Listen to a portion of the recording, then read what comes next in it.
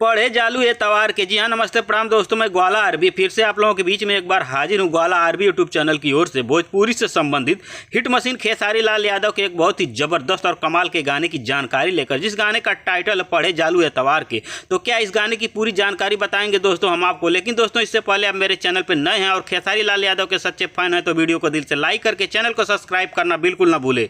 तो आइए दोस्तों हम वीडियो को शुरू करते हैं। दोस्तों मैं बताना चाहता हूँ पढ़े जालू ये तवार के इस गाने के स्टार कास्ट में नजर आएंगे हिट मशीन खेसारी लाल यादव और आस्था सिंह। जी हाँ दोस्तों, इस गाने के स्टार कास्ट में नजर आएंगे हिट मशीन खेसारी लाल यादव और आस्था सिंह। और दोस्तों पढ़े जालू एतवार के भोजपुरी के ग्लोबल स्टार खेसारी लाल यादव का यह गाना बहुत ही जबरदस्त और कमाल का होने वाला, जो कि भोजपुरी दर्शकों को काफी ज्यादा पसंद आएगा।